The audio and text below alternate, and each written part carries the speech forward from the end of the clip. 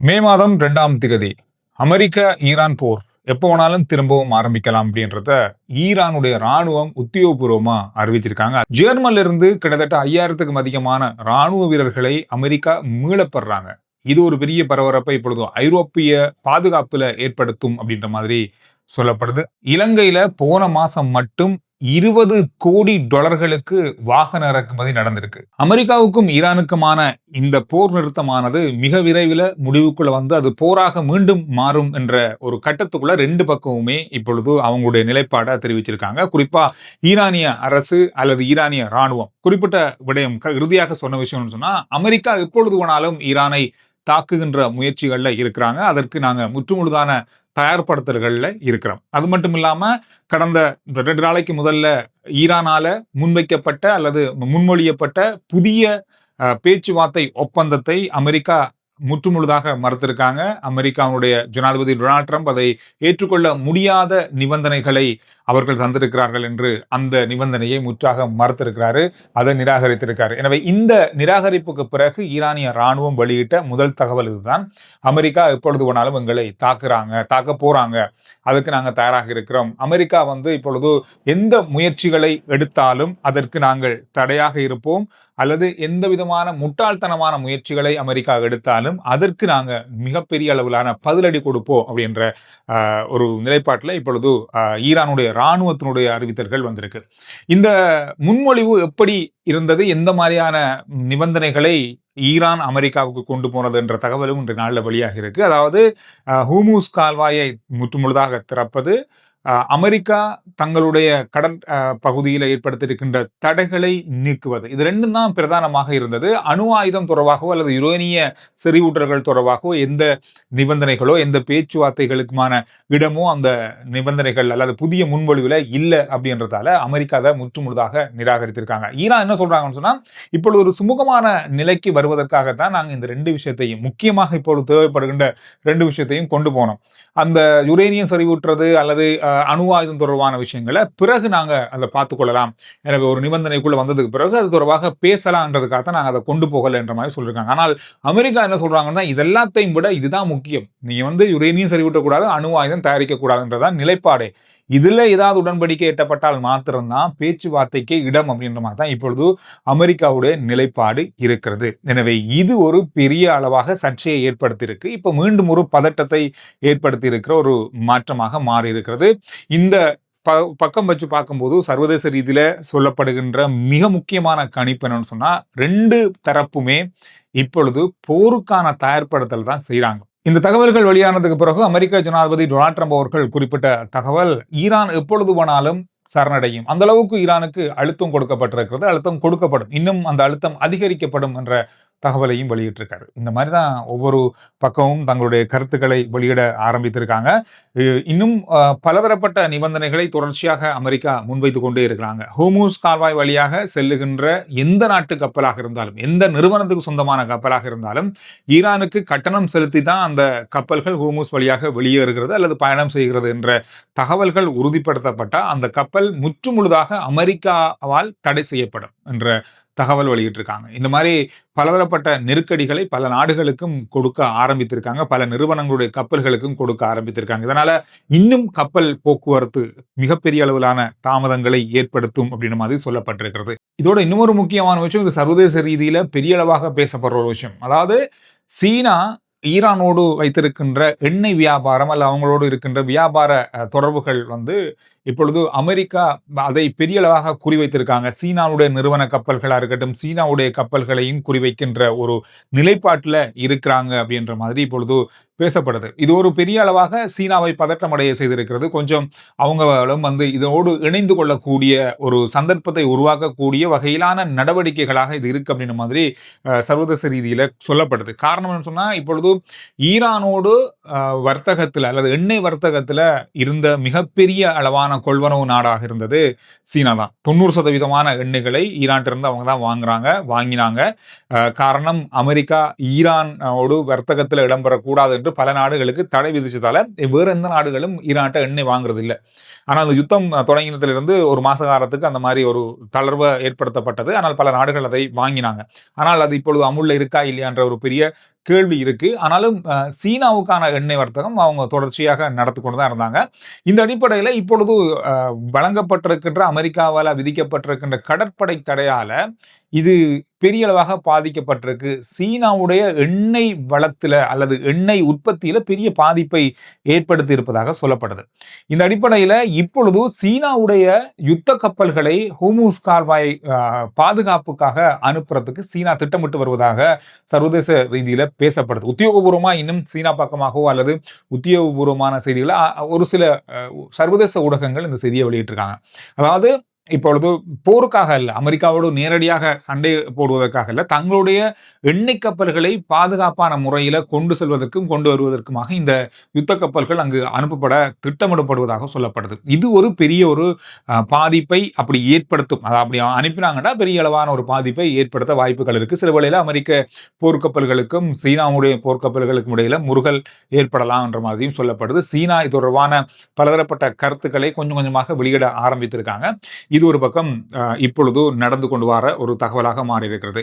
Washington post பத்திரிகை ஒரு தகவல் வெளியிட்டிருக்காங்க, ஒரு கருத்து கணிப்பு வெளியிட்டிருக்காங்க. அமெரிக்காவில் இப்பொழுது ஈரானுக்கு எதிராக நடக்கின்ற போரை மக்கள் எப்படி பார்க்கறாங்க, எந்த அளவுக்கு ஆதரவு வழங்குறாங்கன்ற தகவல்கள் நேரடியாக மக்கள் மத்தியில இருந்து எடுக்கப்பட்டிருக்கு. 61% மக்கள் இந்த போரை வெறுக்கிறாங்க அல்லது இது தேவையில்லாத ஒன்று என்ற கருத்துக்களை வெளியிட்டிருக்காங்க. காரணம் இப்பொழுது அங்குள்ள இருக்கின்ற எரிபொருள் விலையேற்றம், எரிபொருள் தட்டுப்பாடு, இந்த மாதிரியான பல சிக்கல்களால மக்கள் இந்த போரை முற்றுமுழுதாக வெறுப்பதாகத்தான் சொல்லப்படுது.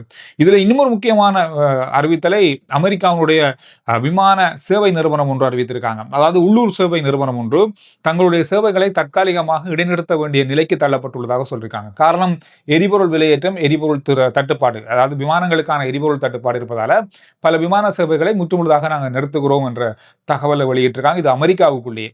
ஏற்கனவே அமெரிக்கா பெரிய அளவான எண்ணெய் வளத்தை கொண்ட நாடு, மிகப்பெரிய அளவான சேமிப்புகளை வைத்திருக்கிறோம் சொல்லப்பட்டாலும் 2 மாதம் கழித்து 63 நாட்கள் தொடர்ந்ததுக்கு பிறகு விமான சேவைகளை, உள்ளூர் சேவைகளை நடத்த முடியாத அளவுக்கு தட்டுப்பாடு ஏற்பட்டிருப்பது என்பது பெரிய ஒரு அதிர்வலைகளை இப்பொழுது ஏற்படுத்தியிருக்கிறது. இன்னும் பெரிய அளவான நாடுகள், பெரிய நாடுகள், இந்தியா உள்ளிட்ட பெரிய நாடுகள் இந்த மாதிரி ஒரு நிலைக்கு மிக விரைவில் வருவாங்க, இந்த கிழமையிலே வருவாங்க என்ற தகவல்களும் இப்பொழுது வெளியாக இருக்கு. இதனால சீனாவும் இதனால பெரிய அளவாக பாதிக்கப்படுவதால தான் இந்த மாதிரி ஒரு நிலைமைக்கு சீனா இப்பொழுது தள்ளப்பட்டிருப்பதாக சொல்லப்பட்டிருக்கு. இது ஒரு பெரிய அளவாக வரும் நாட்கள்ல ஏற்படுத்த போகிற பாதிப்பாக மாறப்போகிறது. ஜெர்மனியில் இருக்கிற அமெரிக்க படைகளை கொஞ்சம் கொஞ்சமாக அமெரிக்கா மீளப்பெற போகிறது. அதனுடைய முதல் கட்டமாக 5000 படைகளை வருகின்ற 6 மாத காலங்களுக்குள்ள மீளப்பெறுவதற்கான அறிவித்தல் வழங்கப்பட்டிருப்பதாக சொல்லப்படுது. இது இப்பொழுது ஐரோப்பிய நாடுகளுடைய நேட்டோ அமைப்போடு இருக்கின்ற நாடுகளிடையே ஒரு சலசலப்பை இப்பொழுது ஏற்படுத்தி இருக்கிறது. அமெரிக்கா இதை செய்யும் என்று எங்களுக்கு நல்லா தெரியும், அதை நாங்கள் எதிர்பார்த்தோம் அப்படின்னு சொல்லி ஜெர்மனி அறிவிச்சிருக்காங்க. ஆனாலும் ஜெர்மனியில இன்னும் அதிகமான அமெரிக்க படைகள் இன்னும் இருக்காங்க. கிட்டத்தட்ட 36,000 அமெரிக்க படைகள் ஜெர்மனியில இருப்பதாக சொல்லப்படுது. அதுல இருந்து தான் 5000 பேரை இப்ப மீள புறப்படுறாங்க. உலகத்திலேயே ஜப்பானுக்கு அடுத்ததா அதிக அமெரிக்க படைகள் இருக்கின்ற நாடு ஜெர்மனி தான். ஜப்பான்ல 40,000க்கும் அதிகமான அமெரிக்க படைகள் இருப்பதாக சொல்லப்படுது. ஜெர்மனியில ஏன் அவ்வளவு அமெரிக்க படைகள் இருக்கிறாங்க அப்படின்ற கேள்விக்கு பதில், ஐரோப்பிய நாடுகள், குறிப்பா நேட்டோ நாடுகளுடைய கூட்டமைப்புல இருக்கிற முக்கியமான நாடு அமெரிக்கா. அமெரிக்கா தான் இந்த நேட்டோ அமைப்பில் இருக்கிற அந்த ஐரோப்பிய நாடுகளை பாதுகாக்கின்ற ஒரு மிக முக்கியமான நாடாக இருக்கு. இதன் காரணமாக ஜெர்மனி ஐரோப்பிய நாடுகளுடைய நடுப்பகுதி, மத்திய பகுதியில இருப்பதால இங்கு அதிகமான படைகளை வைத்துக்கொண்டு ஏதாவது தேவை ஏற்படும் பட்சத்துல இந்த நாடுகளுக்கு இலகுவாக, மற்ற நாடுகளுக்கு இலகுவாக அனுப்பக்கூடிய ஒரு நாடாக ஜெர்மனி இருப்பதால இந்த இடத்துலதான் அதிகமான படைகளையும் படைத்தளங்களையும் அமெரிக்கா வச்சிருக்காங்க. இந்த நேட்டோ அமைப்போடு இருக்கின்ற நாடுகளின் பட்டியலில் இருக்கிற நாடுகள்ல ஜெர்மனி மிக முக்கியமான நாடு, ஒரு பாதுகாப்பான நாடும் கூட. கடந்த நாட்கள்ல நேட்டோ அமைப்பு நாடுகளுக்கும் ஜெர்மனிக்கும் நேரடியாக அமெரிக்காவுக்கும் ஏற்பட்டிருந்த சில முறுகல், அமெரிக்க ஜனாதிபதிக்கும் ஏற்பட்டிருந்த முறுகல் காரணமாக இந்த நிலைமை இப்பொழுது ஏற்பட்டிருப்பதாக சொல்லப்படுது. ஈரானுக்கும் அமெரிக்காவுக்குமான போர்ல இவங்க யாருமே உதவல்ல. இதுல நேரடியா ஜெர்மனி பெரிய அளவான வாக்குவாதங்கள்லையும், யூகேயும் அமெரிக்காவோட பெரிய வாக்குவாதங்களையும் ஈடுபட்டிருந்தாங்க. எனவே இதன் அடிப்படையில் இப்பொழுது ஜெர்மன் மீது கை வைக்கப்பட்டிருப்பதாக சொல்லப்படுது. இந்த படையினரை எங்கு நிலைநிறுத்த போறாங்க அல்லது நேராக அமெரிக்காவுக்கு கொண்டு வராங்க அல்லது வேறு எங்காவது கொண்டு போறாங்கன்றது தொடர்பாக இதுவரையில் தகவல்கள் இல்லை அப்படின்னு சொல்லப்படுது. ஆனால் வருகின்ற காலங்களில் இந்த மாதிரி படைகளை மீளப்பெறும் பட்சத்தில் ஐரோப்பிய நாடுகளுடைய பாதுகாப்பில் பெரிய அளவான பதட்டம் ஏற்படலாம் அப்படின்னு சொல்லப்படுது. இதனுடைய இன்னும் ஒரு முக்கியமான விஷயம் சொன்னா, உக்ரைனுக்கும் ரஷ்யாவுக்குமான போர் 2022ஆம் ஆண்டு ஆரம்பிக்கப்பட்ட அந்த நேரத்திலேயே ஒரு பதட்ட நிலை ஐரோப்பாவில் ஏற்பட்டது. இதன் காரணமாக 7000 மேலதிகமான படைகளை ஜெர்மனிக்கு அமெரிக்கா அனுப்பியிருந்தது, அந்த பதட்டத்துக்காக மட்டுமே. அதனால இந்த மாதிரி படைகளை மீளப்பெறும் போது வருங்காலத்துல இந்த ஒரு பதட்டமான அல்லது ஒரு பாதுகாப்பற்ற நிலை ஏற்படுமோன்ற காரணத்தால இப்பொழுது ஜெர்மனி என்ன சொல்றாங்கன்னா, நாங்க மற்ற நேட்டோ நாடுகளுடைய அந்த நாடுகளோடு நாங்க செயற்பட்டு கொண்டிருக்கிறோம், இதனால எங்களுக்கு பெரிய அளவான பாதிப்புகள் ஏற்படாது அப்படின்னு மாதிரி சொல்றாங்க. ஆனால் யூகேலையும் 10,000க்கும் அதிகமான அமெரிக்க படைகள் இருக்காங்க, ஸ்பெயின்லையும் 10,000க்கு மேல இருக்காங்க, இத்தாலியிலையும் 10,000க்கு மேல இருக்காங்க. பல நாடுகள்ல அமெரிக்கா தங்களுடைய படைகளை இந்த ஐரோப்பிய நாடுகளுடைய பாதுகாப்புக்காக வச்சிருக்காங்க.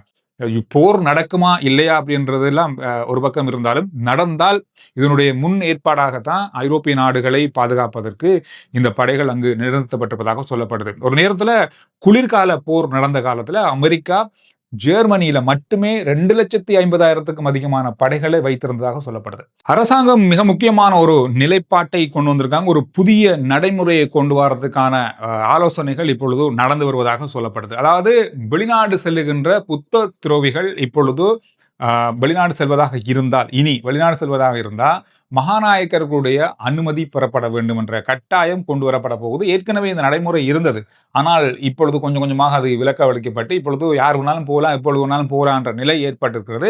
கடந்த நாட்களில் ஏற்பட்ட போதைப்பொருள் கடத்தல் சம்பவம் தொடர்பாக பெரிய அளவான அதிர்வலைகள் ஏற்பட்டிருக்கிறது. இதனால இப்பொழுது இந்த நடைமுறைக்கு கொண்டு வந்திருக்காங்க. இது ஒரு கடுமையான ஒரு நடவடிக்கையாக வருகின்ற நாட்கள் இருக்கு. இது மிக விரைவில் அமுல்படுத்தப்படும் என்று சொல்லப்பட்டிருக்கிறது. கடந்த வெள்ளிக்கிழமை கைது செய்யப்பட்ட கட்நாயக்க விமான நிலையத்தில் கைது செய்யப்பட்ட 22 புத்த துறவிகளுக்கு மீண்டும் விளக்கமறியல் காலம் நீடிக்கப்பட்டிருக்கிறது. இந்த மாதம் 12ஆம் தேதி வரைக்கும் இந்த விளக்கமறியல் காலம் நீடிக்கப்படுவதாக அறிவிக்கப்பட்டிருக்கிறது. இலங்கையினுடைய வாகன இறக்குமதி மிகப்பெரிய அளவிலான உச்சத்தை அடைந்திருப்பதாக சொல்லப்படுது. கிட்டத்தட்ட 1000 மடங்கு 900 மடங்கு கடந்த வருஷத்தை விட அதிகம், 900 மடங்கு அதிகரித்திருக்கிறது. இந்த 4 மாத காலங்களில் மட்டுமே $61 கோடி வாகன இறக்குமதி நடந்திருக்கிறது. இந்த ஏப்ரல் மாதத்தில் மட்டுமே 20 கோடி டாலர்களுக்கு வாகன இறக்குமதி செஞ்சிருக்காங்க. இலங்கை ரூபாவில் பார்த்தோம்னு சொன்னா 195.95 பில்லியன் ரூபாய்கள். இந்த அளவுக்கு கடந்த 4 மாசத்துல வாகன இறக்குமதி நடந்திருக்கு. 900 வீதம் போன முறைக்கும் இந்த முறைக்கும் அதிகரிப்பு ஏற்பட்டதாக சொல்லப்படுது. அதுதான் வாகனம் பாதையில பார்க்குற இடம் எல்லாமே வாகனம், ஆக்கள் இல்லை, இப்போ வாகனம் தான் போகுது ரோட்ல. யாரும் நடக்கிற மாதிரி தெரியல, எல்லாரும் வாகனத்தான் போற மாதிரி இருக்கு. அந்த அளவுக்கு வாகன இறக்குமதி நடந்திருக்கு. எனவே இந்த விஷயங்கள் தான் இன்று பார்க்கப்பட்ட மிக முக்கியமான செய்தியுடைய சுருக்கம். RJ Chandru report WhatsApp link முதல் கமெண்ட்ஸ்லையும் டிஸ்கிரிப்ஷனும் இருக்கு. ஃபாலோ பண்ணி வைங்க. சுருக்கமான விரைவான செய்திகளை நீங்க வாட்ஸ்அப் மூலமாக அறிந்து கொள்ளலாம்.